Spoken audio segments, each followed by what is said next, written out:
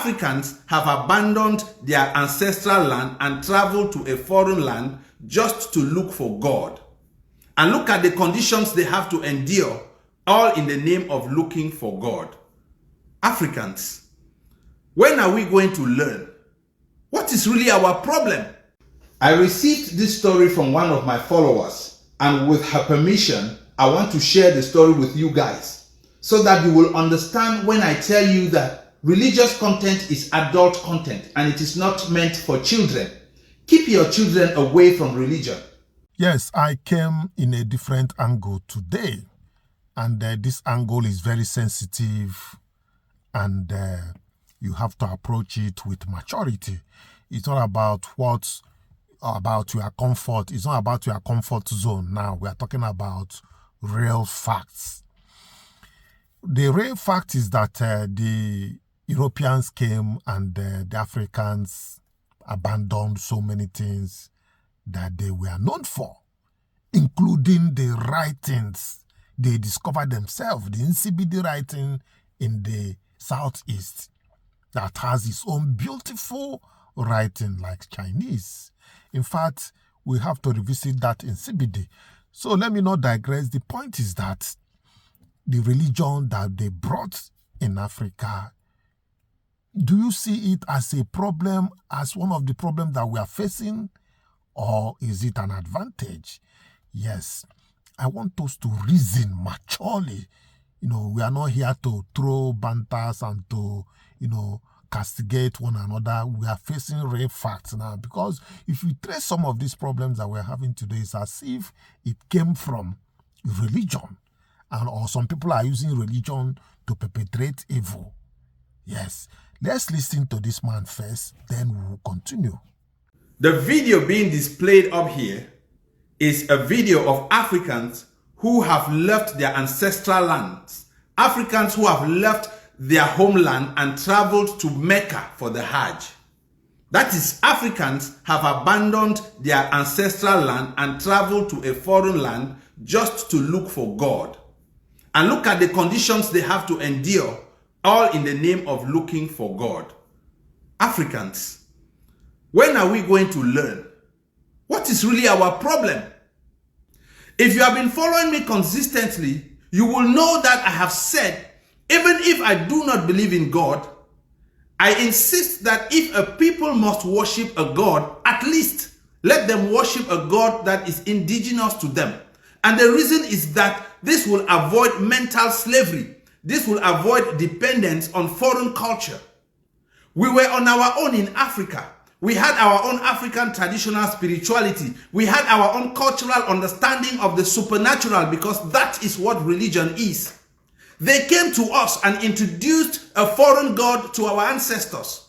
They used force in most of the cases to coerce our ancestors into accepting their belief system. And our ancestors, for strategic reasons, accepted to convert into these foreign religions. Now, when they have converted into these foreign religions, they told us that, number one, this God that they have now accepted does not understand African language. The first thing you have to do as an African, if you want to communicate with the Islamic God, is you have to learn Arabic. The Islamic God does not understand African languages. When are you going to learn as Africans that a God who cannot understand your language is not for you? A God who cannot understand your language probably did not create you. As if it is not enough.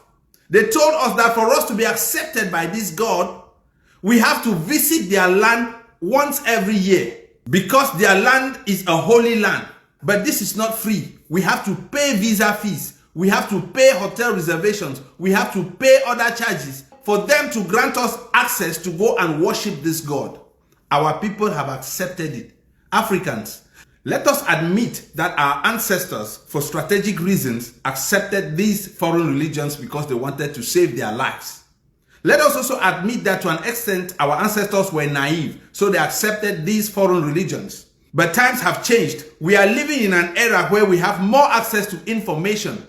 We are more exposed than our ancestors. Why are you still stuck with these survival strategies that our ancestors used in the past, even though we know they no longer serve us? In the 21st century, you are still paying visa fees to go to worship God in a foreign land. Why can't you realize that if only Mecca is considered the Holy Land, it means the rest of the world is a cursed land? And therefore, a God who considers your own land as a cursed land, yet he put you there, probably that God is not for you. That God did not create you. Why can't we understand that? Look at the horrible conditions you have to endure. This place is a desert country. You can imagine the sweltering heat in that place where people cram in just to come and worship. Is the brainwash not too much? When are we going to learn? While we are deceiving ourselves like this, Saudi Arabia is cashing out big time from this program called the Hajj. Why can't we as Africans also develop our own African traditional system and export it to foreign countries to a point where they will also have to pay visa fees to come and worship God in our own land? What is wrong with your own land that you have to travel to somebody's land to look for God?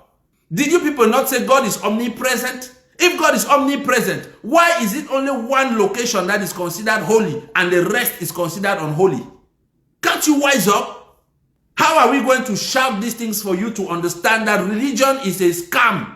The annoying thing is that these people are racist. When you go there, I even have other videos I'm going to show you on another day. When you go there, the difference is clear. They make special arrangements for other people, but the places they reserve for Africans to come and live is horrible because they are racist. They treat us less than humans. When are we going to learn that we are forcing ourselves into a system that does not accept us Africans? Look at the people here. Have you seen a single white man sleeping in open air like this? It's only for Africans. Ha! Africans. Well, I don't know what you think, and what you think is vital to this discussion.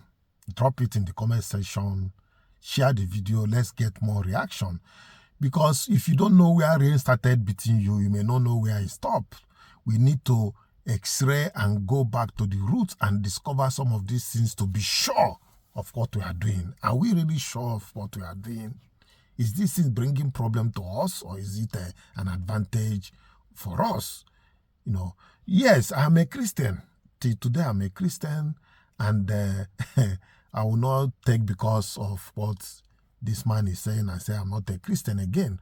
But let us approach it with maturity and understand what we are in. Oh, my God, battery, you know, people do things, you know, without reasoning. These people are busy raking. Did you see the video where they are counting foreign monies in these countries that they... I'm not talking about Islam alone, no. The same thing with Christianity and other religion that is foreign. Our fathers have their own religion and they are not having issues with that.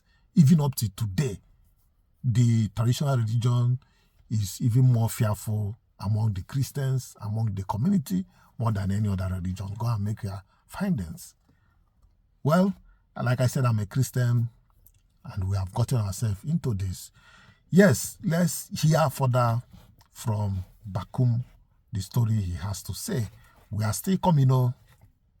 I received this story from one of my followers, and with her permission, I want to share the story with you guys so that you will understand when I tell you that religious content is adult content and it is not meant for children. Keep your children away from religion. When I read this story, I felt so touched. And I said, no child is allowed to undergo this in life. Under no pretext should a parent allow their children to undergo this kind of treatment. I'm going to read it as I received it, but I'm going to hide the name of the individual because they have only given me the permission to share their story and keep their identity hidden. Now listen to the story. Hello Bankum. I hope you see this message.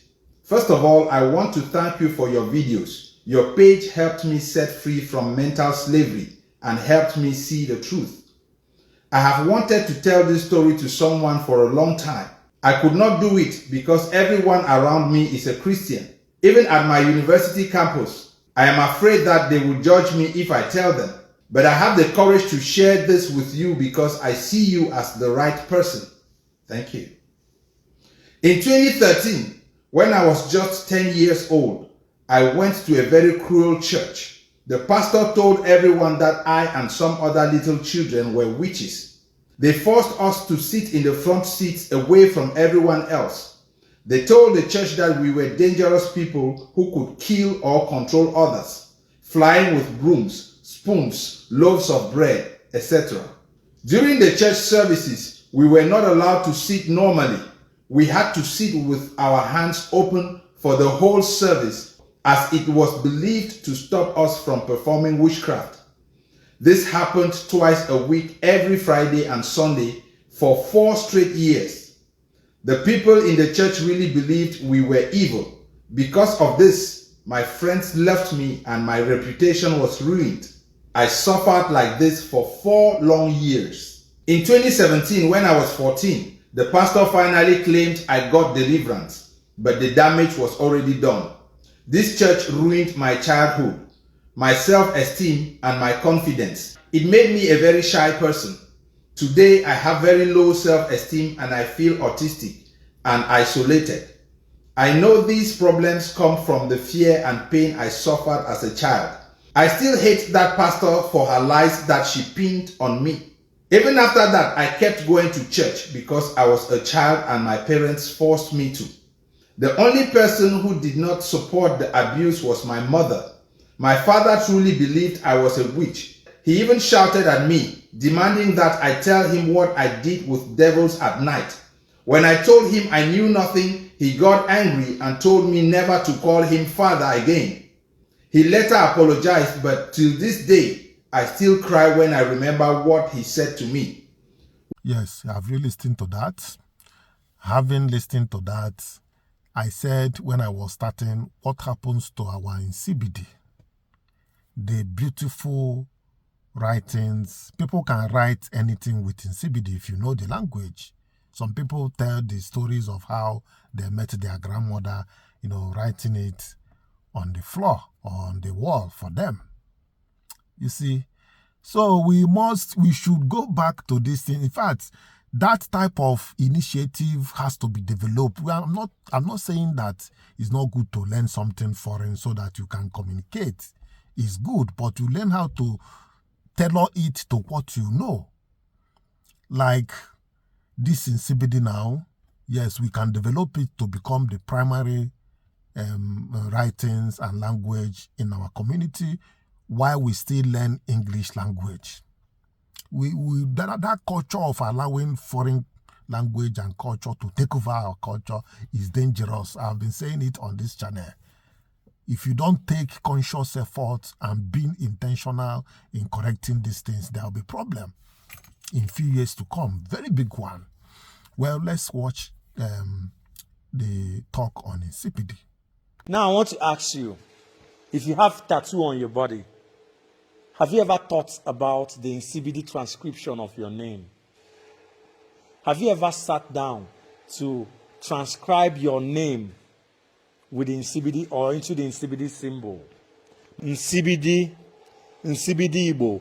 Are you from some part of Nigeria? Have you heard about Nsibidi? Before the Oyibos started inventing mathematics, cryptography, and graphic communications, do you know that our ancestors from Igbo land, from Efik, from Ibibio, from some parts of Cameroon, have invented a cryptographic language, the language of symbols, cryptography, graphic communication tool with thousands and thousands of symbols that you can use to communicate, whether it's discrete communication, whether it's encrypted communication, whether it's war messages, whether it's medicinal alchemy, whether it's medicinal formulas, product formulas. Do you know that our ancestors invented Nsibidi to actually preserve